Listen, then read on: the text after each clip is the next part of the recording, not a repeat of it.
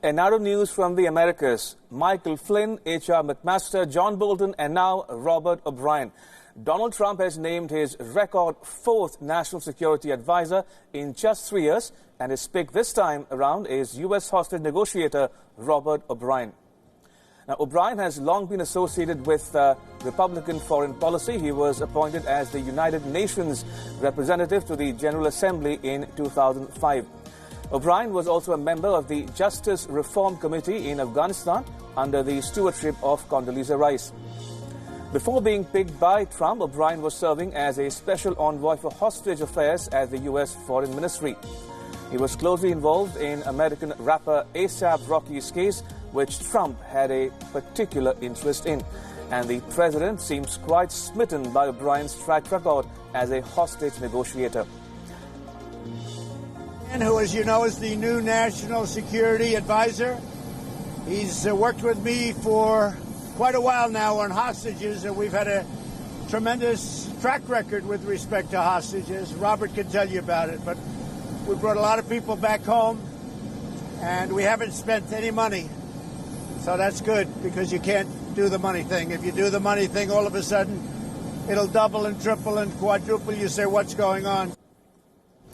Now, unlike John Bolton, who was a towering figure in U.S. foreign policy, some experts suggest that O'Brien could skip under the radar.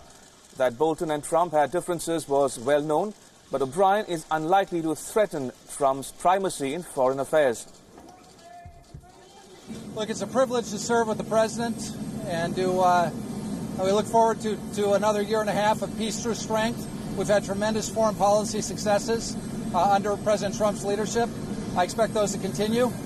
We've got a number of challenges, but there's a great team in place with Secretary Pompeo and Secretary Esper, Secretary Mnuchin, and others. I look forward to working with them and working with the president to keep America safe and continue to rebuild our military and really get us back to a peace through strength posture that'll keep the American people safe from the many challenges around the world today.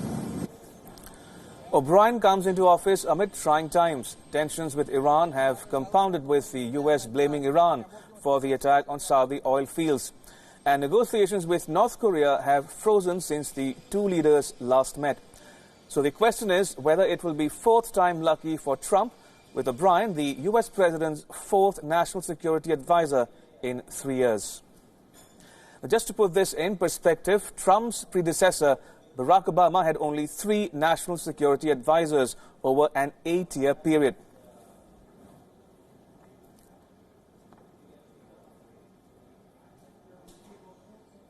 Now, Trump and California are now at war as his government strips California of its right to set its own vehicle emission standards. The White House has also banned other states from setting similar rules. California's waiver, which came under the Clean Air Act, allowed it to set standards stricter than the federal government's. This later became the de facto nationwide standard, as the auto industry does not make different sets of vehicles to meet standards. The state also accounts for about 12% of all vehicle sales. The move now could lead to a legal battle over environmental policy issues that will affect the auto industry and consumers alike.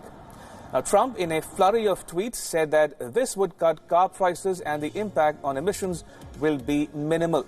The U.S. president, who is banking on voters in truck-friendly heartland states for his re-election in 2020, said that this move is a win for consumers. But the state of California has now decided to challenge the decision in the top court. Now, this is the latest clash between the Republican president and the state, which is a traditional stronghold of the Democrats. The California governor, Gavin Newsom, thrashed Trump's action, calling it a political vendetta that risks damage to the climate and public health. He added that the decision would leave the U.S. auto industry behind in a global race to develop electric vehicle technology. Top California officials and environmental groups have also pledged legal action against the move. California has long been a climate leader, and if we're going to stick to our greenhouse gas emission requirements, not goals, but just requirements, these emission standards are vitally important. Now, Trump's announcement is his latest move to roll back Obama-era environmental protections. Ironically, the move comes the same day when teenage climate activist Greta Thunberg addressed the U.S. lawmakers, urging them to treat climate change as the existential crisis it is. Well, I don't see a reason to not